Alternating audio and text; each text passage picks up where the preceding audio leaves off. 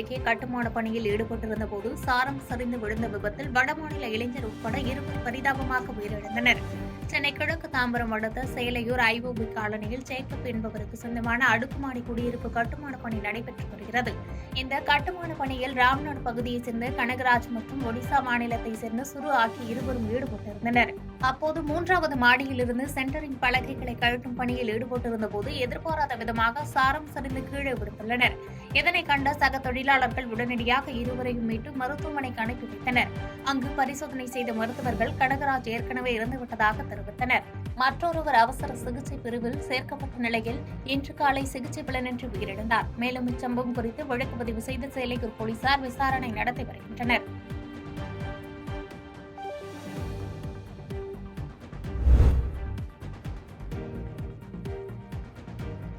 செங்கம் அருகே திறக்கப்பட்ட 5 மாதங்களிலேயே அடித்து செல்லப்பட்ட மேம்பாலத்தால் அப்பகுதி மக்கள் அதிர்ச்சியடைந்தனர்.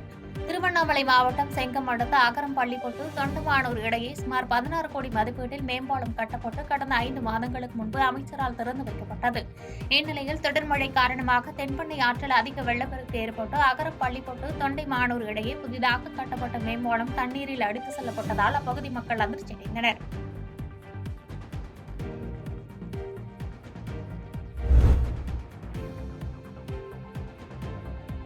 வற்றாம்பாளையம் அருகே வாய்க்கால் கரை பகுதியில் பள்ளி வாகனம் கரையில் சாய்ந்ததால் பரபரப்பு ஏற்பட்டது. நாமக்கல் மாவட்டம் குமாரபாளையம் பகுதியில் தனியார் பள்ளி செயல்பட்டு வருகிறது. இப்பள்ளி வாகனம் சேலம் மாவட்டம் சங்ககிரி அருகே உள்ள வற்றாம்பாளையம் வாய்க்கால் கரை பகுதியில் குழந்தைகளை ஏற்றிக்கொண்டு சென்று கொண்டிருந்த போது எதிர்பாராத விதமாக சாய்ந்து விழும் அபாயம் ஏற்பட்டது.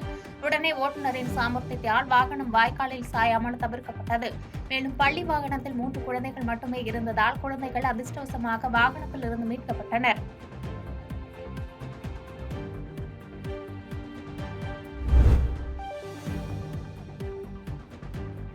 சாத்தனூர் அணை திறப்பால் மணப்பட்டு ஏரி உடைந்து புதுச்சேரி கடலூர் சாலையில் வெள்ள நீர் ஆர்ப்பரித்து ஓடுவதால் கடலூர் சாலை துண்டிக்கப்பட்டுள்ளது. சாத்தனூர் வீடூர் அணைகள் திறப்பால் புதுச்சேரி தென்பெண்ணை மற்றும் சங்கராபரணி ஆறுகளில் வெள்ளம் கரைபுரண்டு ஓடுகிறது. இதன் காரணமாக ஆற்றை ஒட்டியுள்ள 25க்கும் மேற்பட்ட கிராமங்கள் கடும் பாதிப்புக்கு உள்ளாகின. இந்நிலையில் சாத்தனூர் அணை திறக்கப்பட்டதால் புதுச்சேரி எல்லைப் பகுதியான கன்னியகோயில் அருகே உள்ள மணப்பட்டு ஏரி உடைந்து வெள்ள நீர் புதுச்சேரி கடலூர் பிரதான சாலை நடுவே ஆர்ப்பரித்து செல்வதால் புதுச்சேரி கடலூர் சாலை துண்டிக்கப்பட்டது. இதனால் வாகன ஓட்டிகள் அவதியடைந்தனர்.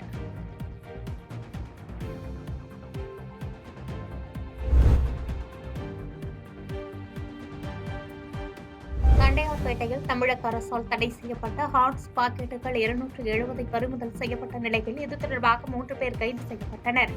சென்னை தண்டையார்பேட்டை வைத்தியநாதன் சாலையில் ரகசிய தகவலின்படி போலீசார் வாகன சோதனையில் ஈடுபட்டனர். அப்போது சந்தேகத்திற்கிடமாக வைத்தியநாதன் பாலத்தின் கீழ் ஆட்டோவில் வந்த 3 பேரை பிடித்து சோதனை செய்தபோது 3 பேரும் ரயில் மூலம் சூலூர்பேட்டை சென்று அங்குள்ள கடையில் சுமார் 5000 ரூபாய்க்கு 270 ஹான்ஸ் பாக்கெட்டுகளை வாங்கி வந்து சென்னையில் விற்பனை செய்ய கொண்டு வந்தது தெரியவந்தது.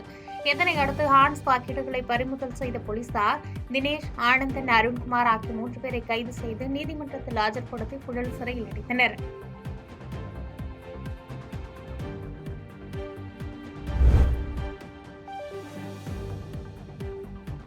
ஓமலூர் அருகே தொடர் மழைக்கு சாலையோர மரம் சாய்ந்து போக்குவரத்து பாதிப்பு ஏற்பட்டது. தொடர் கனமழை காரணமாக சேலம் மாவட்டம் ஓமலூர் வட்டாரத்தின் அனைத்து பகுதிகளும் வெள்ளம் சூழ்ந்துள்ளது. குறிப்பாக காமலாபுரம், சக்கரை செட்டிப்பட்டி கிராமங்களில் பெரும் சேதம் ஏற்பட்டது. கிராமத்தின் பல பகுதிகளை காட்டாற்று வெள்ளம் சூழ்ந்துள்ளதால் சாலைகள் தடைப்பட்டு போக்குவரத்து பாதிப்பு ஏற்பட்டது. இந்நிலையில் சக்கரை செட்டிப்பட்டியில் இருந்து குரமச்சி கரடு பகுதிக்கு செல்லும் சாலையில் இருந்த மரம் சாய்ந்து விழுந்தது. இதனால் 5 குக்கிராமங்களுக்கு செல்லும் போக்குவரத்து பாதிப்பு ஏற்பட்டது. தகவல் அறிந்த ஊரக வளர்ச்சித்துறை அதிகாரிகள் விரைந்து சென்று சாலையில் சாய்ந்து கிடந்த மரத்தை வெட்டி அகற்றி போக்குவரத்தை சீர் செய்யும் பணியில் ஈடுபட்டனர்.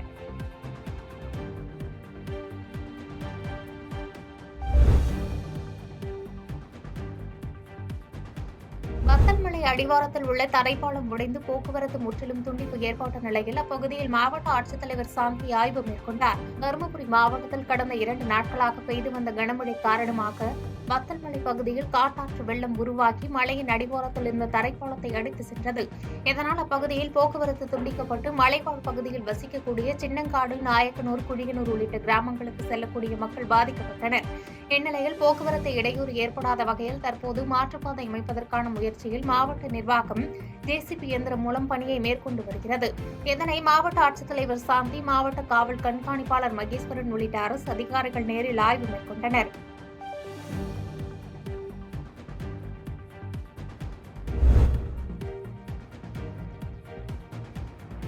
அரூரில் மழை வெள்ளத்தால் பாதிக்கப்பட்டவர்களுக்கு நிவாரண உதவிகள் வழங்க வந்த துணை முதலமைச்சர் உதயநிதி ஸ்டாலின் பங்கேற்ற நிகழ்ச்சியில் தள்ளுமுள்ளு ஏற்பட்டதால் பரபரப்பு ஏற்பட்டது. தருமபுரி மாவட்டம் அரூரில் மழை வெள்ளத்தால் பாதிக்கப்பட்டு நிவாரண முகாம்களில் தங்க வைக்கப்பட்ட மக்களுக்கு துணை முதலமைச்சர் உதயநிதி ஸ்டாலின் ஆறுதல் தெரிவித்து அரிசி, பருப்பு, எண்ணெய், போர்வை அடங்கிய நிவாரணப் பொருட்களை வழங்கினர். இந்நிகழ்ச்சிக்காக உதயநிதி ஸ்டாலின் வரும்போது பொதுமக்கள் மனுக்களை முண்டியெடுத்துக் கொண்டு கொடுத்தனர். மேலும் முகாமிற்குள் நுழையும் போது கட்சி நிர்வாகிகள் மற்றும் பொதுமக்களிடையே தள்ளுமுள்ளு ஏற்பட்டதால் சிறிது நேரம் பரபரப்பு ஏற்பட்டது. துணை முதலமைச்சர் உதயநிதி ஸ்டாலின் முகாமில் இருந்து புறப்பட்ட அடுத்த நொடியே பொதுமக்கள் நிவாரணப் பொருட்களை போட்டி போட்டுக்கொண்டு அள்ளி சென்றது பரபரப்பை ஏற்படுத்தியது.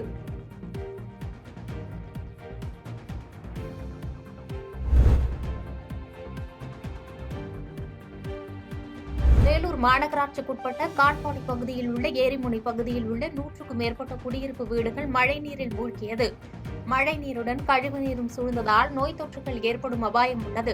இதுகுறித்து பாதிக்கப்பட்ட மக்கள் மழைநீரை அகற்ற மாநகராட்சி அதிகாரிகளுக்கு பலமுறை புகார் கொடுத்தும் நடவடிக்கை எடுக்கவில்லை என்று வேதனை தெரிவித்ததோடு பொதுமக்களே ஜேசிபி வாகனம் மூலம் தண்ணீர் வெளியேற வழி ஏற்படுத்தி தண்ணீரை வெளியேற்றும் பணியில் ஈடுபட்டனர். மேலும் மாநகராட்சி அதிகாரிகள் விரைந்து நடவடிக்கை எடுத்து நீரை போக்க நடவடிக்கை எடுக்க வேண்டும் என்று கோரிக்கை விடுத்துள்ளனர்.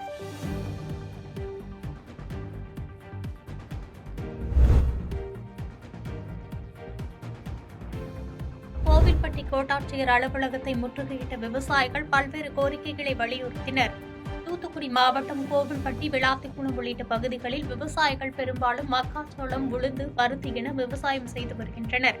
இந்த நிலையில் இப்பகுதியில் கடந்த 4 வருடங்களாக விளைநிலத்தில் புகுந்து காட்டுப்பன்றி சேதப்படுத்தி வருகிறது. மேலும் காட்டுப்பன்றி தாக்கி விவசாயிகளும் காயமடையும் நிலை ஏற்பட்டு வருவதாக கூறப்படுகிறது. இது தொடர்பாக மாவட்ட நிர்வாகம் வரை புகார் அளித்தும் நடவடிக்கை எடுக்கவில்லை. இதனால் பாதிக்கப்பட்ட விவசாயிகள் கரிசல் பூமி விவசாய சங்க தலைவர் வரதராஜன் தலைமையில் கோவில்பட்டி கோட்டாட்சியர் அலுவலகத்தை முற்றுகையிட்டனர். மேலும் சேதமடைந்த மக்காச்சோள பயிர்களை கையில் ஏந்தி மாவட்ட நிர்வாகத்தை கண்டித்து கோஷங்கள் எழுப்பினர். தொடர்ந்து மனு அளிக்க அனுமதி மறுக்கப்பட்ட நிலையில் கோட்டாட்சியர் அலுவலக வாயில் முன்பு தரையில் அமர்ந்து காத்திருப்பு போராட்டத்தில் ஈடுபட்ட நிலையில் கோட்டாட்சியர் மகாலட்சுமி மாவட்ட நிர்வாகத்தின் மூலம் உரிய நடவடிக்கை எடுப்பதாக தெரிவித்ததை அடுத்து போராட்டத்தை கைவிட்டு கோட்டாட்சியரிடம் மனு வழங்கினர்.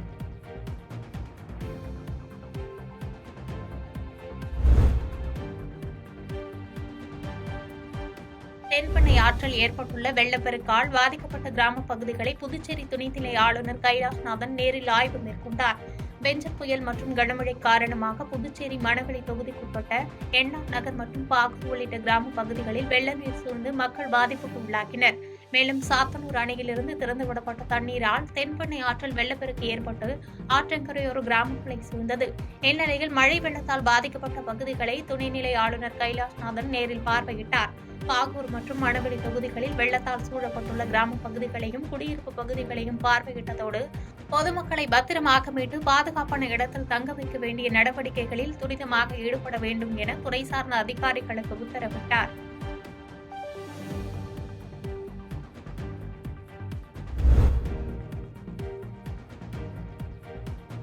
புவனகிரி அருகே 40 ஆண்டுகளுக்கு மேலாக சுடுகாடு இல்லாமல் தவித்து வரும் குடியிருப்பு வாசிகள் சுடுகாடு அமைத்து தர வேண்டி அரசுக்கு கோரிக்கை வைத்துள்ளனர். கடலூர் மாவட்டம் புவனகிரி அருகே இரட்டைக்குளம் குடியிருப்பு பகுதியில் 100க்கும் மேற்பட்ட குடும்பங்கள் வசித்து வருகின்றனர். இவர்கள் கடந்த 40 ஆண்டுகளுக்கு மேலாக நிரந்தர சுடுகாடு மற்றும் சுடுகாட்டுக்கான பாதை இல்லாததால் அருகில் செல்லும் ஆற்றின் வழியாக சென்று ஆற்றுப்பகுதியில் உயிரிழந்தவர்களின் உடலை அடக்கம் செய்து வருகின்றனர். இந்நிலையில் பெஞ்சல் புயல் தாக்கத்தால் கனமழை காரணமாக ஆற்றில் 30,000 கன அடிக்கு மேல் தண்ணீர் செல்வதால் கிராமத்தை சேர்ந்த பவுன் பாக்கியம் என்பவர் வயது முப்பால் உயிரிழந்த நிலையில் ஆற்றுப்படுகையில் இறந்தவரின் உடலை நல்லடக்கம் செய்ய முடியாத நிலை ஏற்பட்டது. இந்நிலையில் விவசாய நிலத்தில் உயிரிழந்த மூதாட்டியின் உடலை சுமந்து செல்லும் நிலைக்கு தள்ளப்பட்டனர். இந்த நிலையில் தங்களுக்கு நிரந்தர சுடுகாடு மற்றும் சுடுகாட்டுக்கான பாதையும் ஏற்படுத்தி தர வேண்டும் என்ற நீண்ட நாள் கோரிக்கையை மாவட்ட நிர்வாகம் மற்றும் தமிழக அரசு நிறைவேற்றி தர வேண்டும் என்று கோரிக்கை வைத்துள்ளனர்.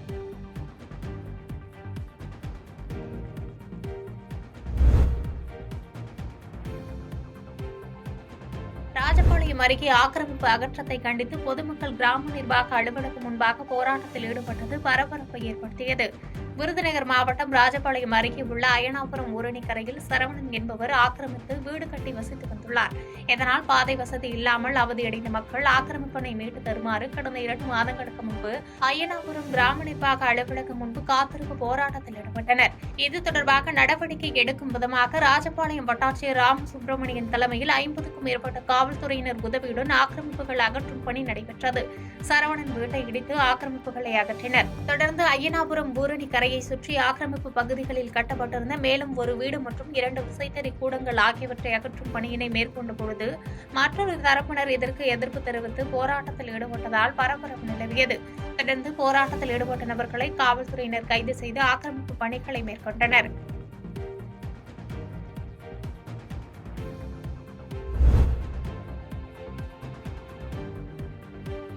ராஜாக்கமங்கலம் அருகே தனது மாற்றுத்திறனாளி கணவரை தாக்கி நிலத்தை அபகரிக்க முயற்சிப்பதாக பாதிக்கப்பட்ட பெண் புகார் அளித்து காவல் நிலையத்தில் நடவடிக்கை இல்லை என கண்ணீர் மல்க பேட்டியளித்த சம்பவம் சோகத்தை ஏற்படுத்தியது. கன்னியாகுமரி மாவட்டம் ராஜாக்கமங்கலம் அருகே வைரக்குடியிருப்பை சேர்ந்த ஜெபசிங் தேவசுதா தம்பதி குழந்தைகளுடன் வசித்து வருகின்றனர். இந்நிலையில் இவர்களுக்கு சொந்தமான வீடு மற்றும் 3 சென்ட் நிலத்தை அபகரிக்க அதே ஊரை சேர்ந்த சாம் ராபின்சன் ஜெபர்சன் ஆகிய இருவரும் திட்டம் தீட்டி தம்பதியை மிரட்டி வந்துள்ளனர். இந்நிலையில் கடந்த 2 தினங்களுக்கு முன்பு சம்பந்தப்பட்டவர்கள் மாற்றுத்திறனாளியான ஜெபசிங்கை அடித்து கொலைவெறி தாக்குதல் நடத்தியதில் படுகாயமடைந்தவர் ஆசாரிப்பள்ளம் அரசு மருத்துவக் கல்லூரி மருத்துவமனையில் சிகிச்சைக்காக சேர்க்கப்பட்டுள்ளார்.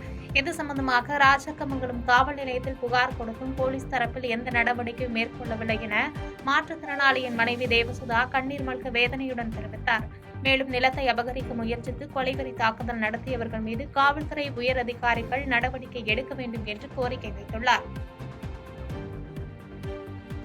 பாதகம் செய்பவரை கண்டால் நாம் பயங்கொள்ளலாகாது பாப்பா, மோதி மிதித்து விடு பாப்பா, அவர் முகத்தில் உமிழ்ந்து விடு பாப்பா.